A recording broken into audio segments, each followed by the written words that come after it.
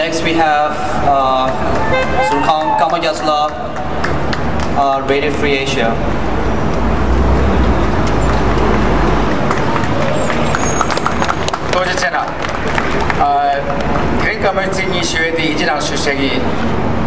For the sake of everybody.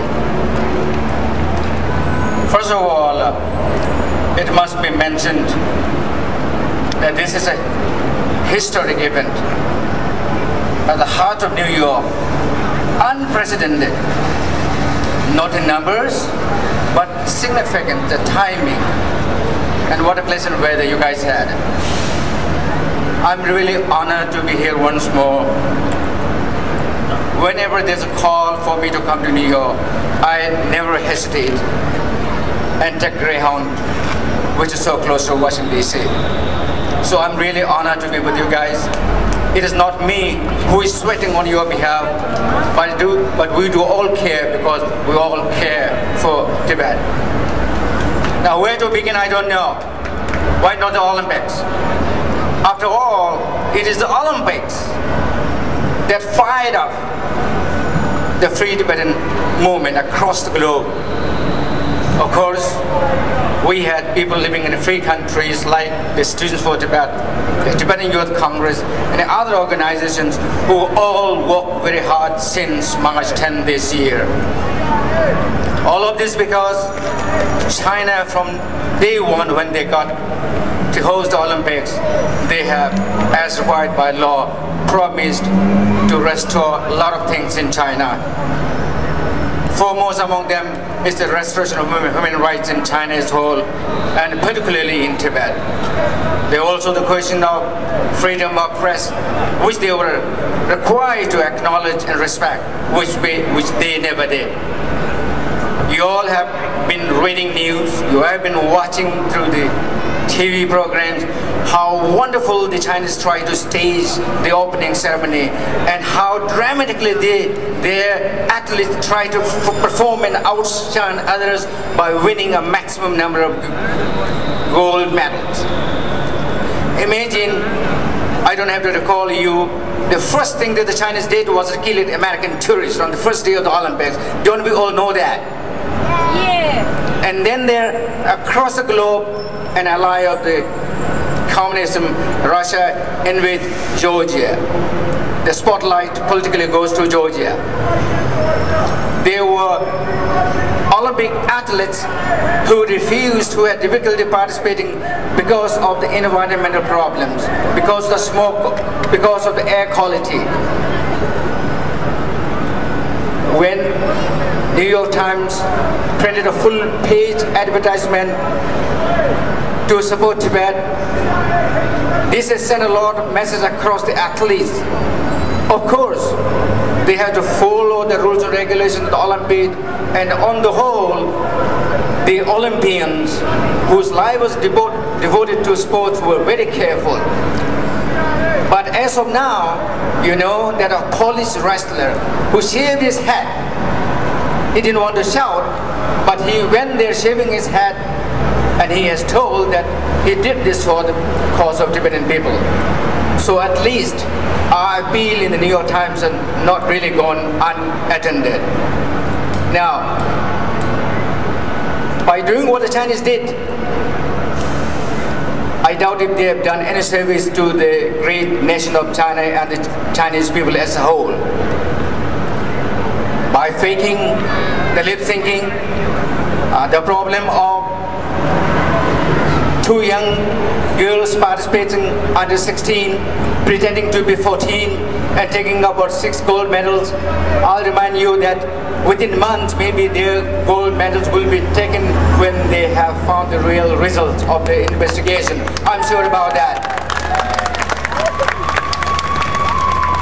It's amazing with this, economic power, China has to lie by even producing, fake firecrackers over the skies of Beijing. I don't think this is what they should have done. I think the Chinese people are capable of performing a better deal like that. Then there is also a question of symbolic protest movements. We all know they devoted a couple of parks like this where people are supposed to come and protest. But what happened? Until now, we have never heard of any protest. There were many people who went to apply for permission and they were either rejected on flatly or they were taken into custody. Shakapa just mentioned two old ladies who wanted to express their frustration before the Chinese. They were actually, sent to labor camps. And we don't know how many were really taken away into prisons. Of course, any sensible demonstrator would not go to Beijing and seek their permission. The Students for Tibet, until now, was able to protest using the strength of 50 volunteers who have been either arrested or kicked out of China by now, including some who are still detained for a couple of days more. So, the amount of security that the Chinese put around the Olympics, over 1 million security. In the stadium, the so-called bird nest, it housed only 91,000 people. And there were 2,008 those wonderful jumpers. We all thought they were Chinese people, young people, students, college students, and ordinary people. They are all from the PLA, you know that? And remember, the children who were supposed to be representing the 65 nationalities, they were all Chinese, 85% Chinese, including the Tibetan kid who was wearing a chuba. They were all fake.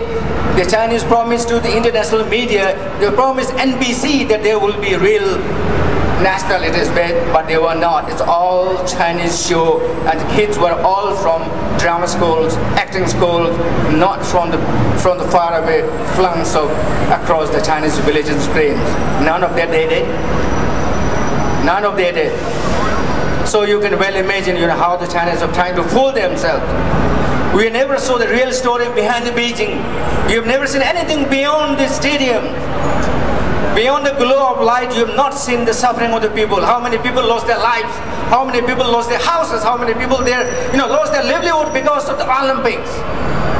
$40 million they spent, and I think this is only the open account. $40 million, the open account, but behind, how many more millions they were spent, including corruption. We can know that. We have some idea of how much embezzlement the Chinese did when the earthquake shocked China. Because of corruption, they didn't build strong structure, therefore they're under the influence of earthquake. How many innocent people died? The 77 old ladies and many more were protesting because of the Chinese leadership's failure in China, not only for Olympics. We all know that because of the Olympics being a national show, there are a lot of resentment of nationalism. We see a lot of Chinese overseas at the biggest of the Chinese that they managed to incite Chinese people living in free countries like their country to come up and even protest the Dalai Lama. But we are, we are genteel people, we're honest people, we are against the wrongs and not against the rights. Therefore, we are very patient. New York people, you have been living with a single guy who's been shouting all the time against the Tibetans and blaming the Dalai Lama. We take those because we live in a free country. He can shout, he can stay with us because this is democracy, this is not China.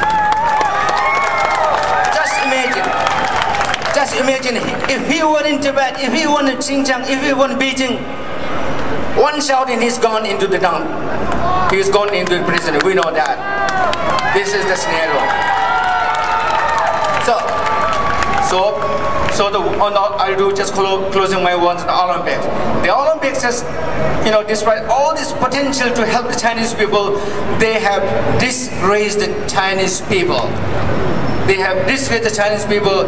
Now, the international community, even the pure sportsmen who really don't think about politics, when they know that when the Chinese can play foul with innocent lives of the athletes, young kids, how can they do that, The reason they gave, why they lip syncing for a girl because the girl looked beautiful, is good for the Chinese government image. The real singer was not so beautiful, so they said, for the sake of the country, we want to put a fake singer with a beautiful face. Is this the future of China? I don't think so. This will not work for China. So on the Olympics, I say that this Olympics has, brought disgrace. This has disgraced the Olympics as a whole.